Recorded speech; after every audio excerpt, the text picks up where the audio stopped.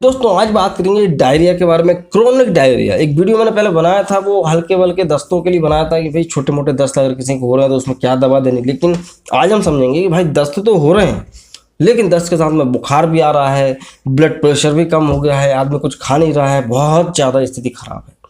तब उस स्थिति में क्या ट्रीटमेंट दिया जाता है।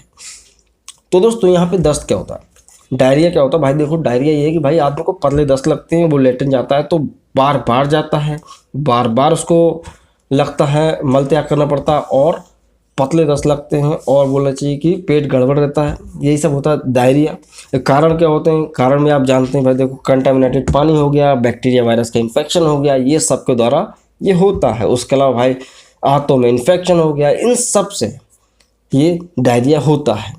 या कुछ भी तला भुना खाने से, या बोले चाहिए ज़्यादा भूखे रहने से, अपच की समस्या, तब भी डायरिया होता है। कारण की हो गई बात करते हैं लक्षणों की। तो लक्षण में क्या है भाई देखो, उसमें पेट दर्द होता है, थकान होती है, बुखार आ जाता है, पसीना हो जाता है, डिहाइड्रेशन हो जाता है, पानी की कमी हो जाती है, ठीक है।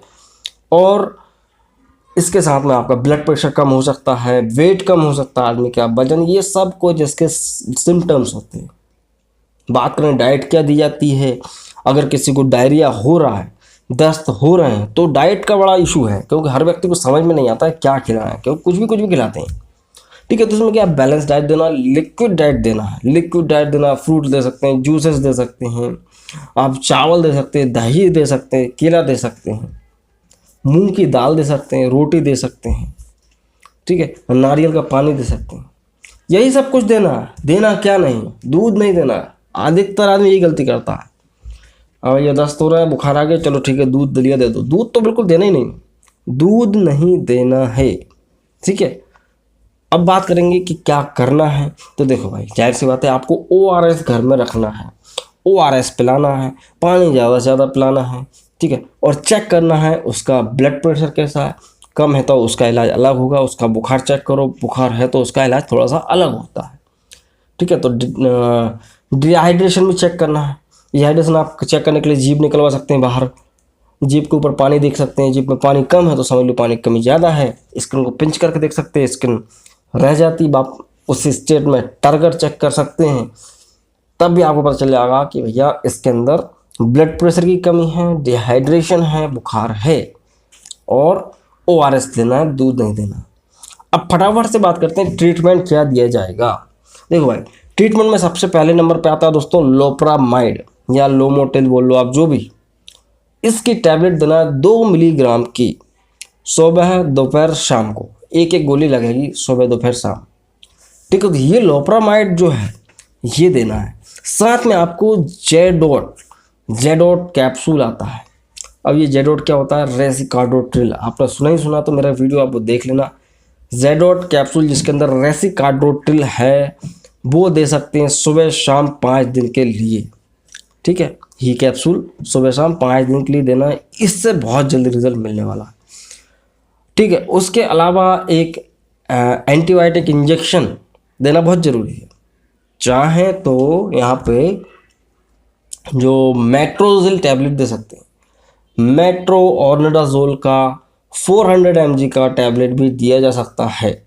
सुबह शाम 5 दिन तक या 3 दिन में आराम मिल ही जाता है। अगर आपके पास वो नहीं है तो आप जेंटामाइसिन का इंजेक्शन लगा सकते हैं। अगर सीवियरिटी ज़्यादा है, दस्त ज़्यादा है, तो दस्त ज़्यादा कब होगा, जब आंतों में भी इन्फेक्शन होगा, तो बैक्टीरियल इन्फेक्शन लग रहा है तो आप जेंटामाइसिन का इंजेक्शन लगा सकते हैं 2 मिलीग्राम, ठीक है, 2 ml इंजेक्शन लगा सकते हैं, जिसके अंदर 80 मिलीग्राम जेंटामाइसिन होना चाहिए। ये चाहे आप मांस में लगाओ चाहे नस में लगाओ, IM या IV लगा सकते हैं। इससे इसका क्या होगा कि इन्फेक्शन धीरे धीरे कम होगा। जो शिकायत आपको आ रही है कि भाई बुखार आ रहा है, दस्त के साथ बुखार आ रहा है, तो वो क्यों आता है, वो इसलिए आता है क्योंकि आंतों में हो जाता है इन्फेक्शन। जब किसी जगह पे कोई इन्फेक्शन होता है लंबे समय तक, तो आदमी की बॉडी लड़ती है, तो बुखार आ ही जाता है। तो अपन ने अभी तक क्या क्या दे दिया भाई, लोप्रामाइड दे दिया, रेसिकार्डोट्रिल दे दिया, साथ में आपने या तो मेट्रोऑर्निडाजोल दे दिया या जो है जेंटामाइसिन का इंजेक्शन लगा दिया। ज़्यादातर कोशिश की जाती है अगर ज़्यादा बुखार है तो आप जेंटामाइसिन का इंजेक्शन लगा दो, कोई दिक्कत नहीं, नस में या मांस में कहीं पर भी उसका कम होने लगता है। साथ में भैया स्पाज़मोडिक पेन हो रहा है, आदमी पेट पकड़ के बैठा है, उसको दस्त भी लग रहा है, तो क्या करना है। यहाँ पर दोस्तों कोलिक पेन होता है, आंतों में दर्द होता है, स्पास मरोड़े उठती हैं, तो उस कंडीशन में आपको डाइसाइक्लोमाइन का टैबलेट देना है। जाहिर सी बात है साइक्लोपेम दे सकते हैं, या बोला चाहिए एनाफोर्ट्रॉन का इंजेक्शन लगा सकते हैं। एनाफोर्ट्रॉन वो जरूरत पड़ने पे, ऐसा सुबह शाम नहीं लगाना। एनाफोर्ट्रॉन इंजेक्शन होता है जो एंटी स्पाज्मोटिक इंजेक्शन होता है, वो लगा सकते हैं। उसके अलावा पेरिनॉम का इंजेक्शन लगा सकते हैं, उससे भी आराम मिल जाता है पेट दर्द वगैरह में। IV लगाओ या IM, दोनों तरह से लगा सकते हैं पेरिनॉर्म का इंजेक्शन। वहीं पे कई बार उल्टियाँ सी होती हैं, वॉमिटिंग आती है, क्योंकि नोजिया वॉमिटिंग इसमें होती है, तो एमसेट इंजेक्शन होता है ऑन्डनसेट्रॉन का, तो वो भी लगाया जा सकता है।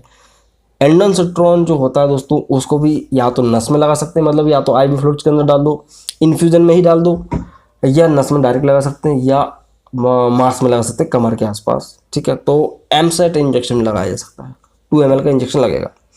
ठीक है, और यहाँ पे दोस्तों क्या देना है अपन को, जो है प्रियन प्रोबायोटिक्स देना है, जो कि गैस्ट्रोइंटेस्टाइनल फ्लोरा होता है। मतलब कि फ्लोरा भाई हमारा खाना पचे, उसके लिए एक कंडीशन होती है।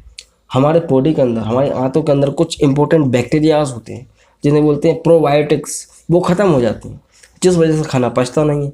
आदमी को दस्त हो रहे थे, आपने दवाइयाँ कराई, लेकिन अब उसको खाना नहीं लग रहा, या खाना खाने की इच्छा नहीं होती है, पच नहीं रहा, तो प्रोबायोटिक्स दे सकते हैं। बहुत सारे आते हैं प्रोबायोटिक्स, जैसे कि आप कैप्सूल दे सकते हैं, न्यूट्रोलिन ये दे सकते हैं, लैक्टोबैसिलस यही सब होता है इसके अंदर, तो ये भी सुबह शाम चलाया जा सकता है।